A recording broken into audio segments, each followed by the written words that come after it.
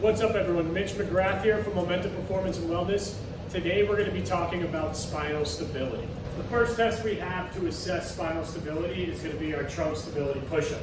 So for this, we want to get down on the ground, get set in a familiar push-up position. For men, we want to have our thumbs lined up with about our eyes. For women, we can go down to about the chin, all right? From there, we want to remain one unit, all right? Push up into that position, all right? As long as we can do this without having any sag going on at the hips, we can go ahead and clear our trunk stability push-up. Now, let's say that you're somebody that struggled with that trunk stability push-up. Some exercises we can include is going to be, the first one's going to be a regular plank hold. So we're going to get down on the ground, all right, elbows right underneath shoulders. From there, we're going to get into that plank position and just maintain a solid isometric hold right here. Notice how my hips aren't sagging down. Now, if you're somebody where your hips are sagging, that's where we can go ahead and bring you up to your hands.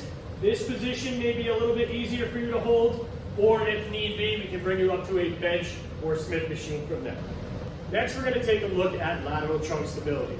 So a test we can use to examine this is going to be your basic side plank test. So for this, we want to get set down on the ground. Make sure your elbow is directly underneath your shoulder, and then from there, nice straight line, shoulder, hip, knee, ankle. All right, from there, we're just going to bridge up and hold in this position. You should be able to maintain that side plank hold.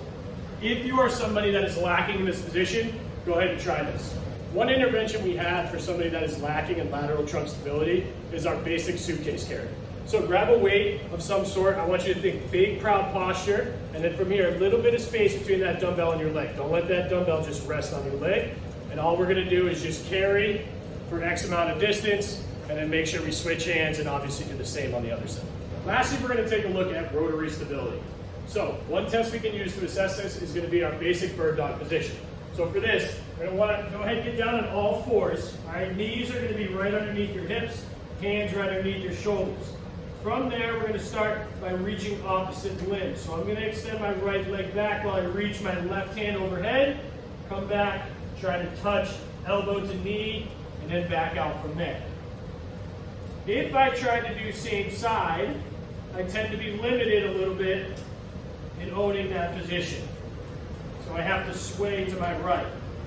So I would want to include certain exercises like this.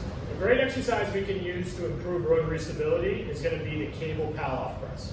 So right here I have a cable lined up at just about belly button height. I'm going to go ahead and take that handle, get in a nice athletic position, soft bend in the hip and the knees, hips sit back, handles right above belly button height, go ahead and press straight out. Pause there for a second and then come right back in. All right, and I'm resisting. It feels like that cable wants to pull me back in, but I am resisting that motion as I own this position. Obviously, just making sure that we do the same on the other side. What's up, everyone? Mitch McGrath here from Momentum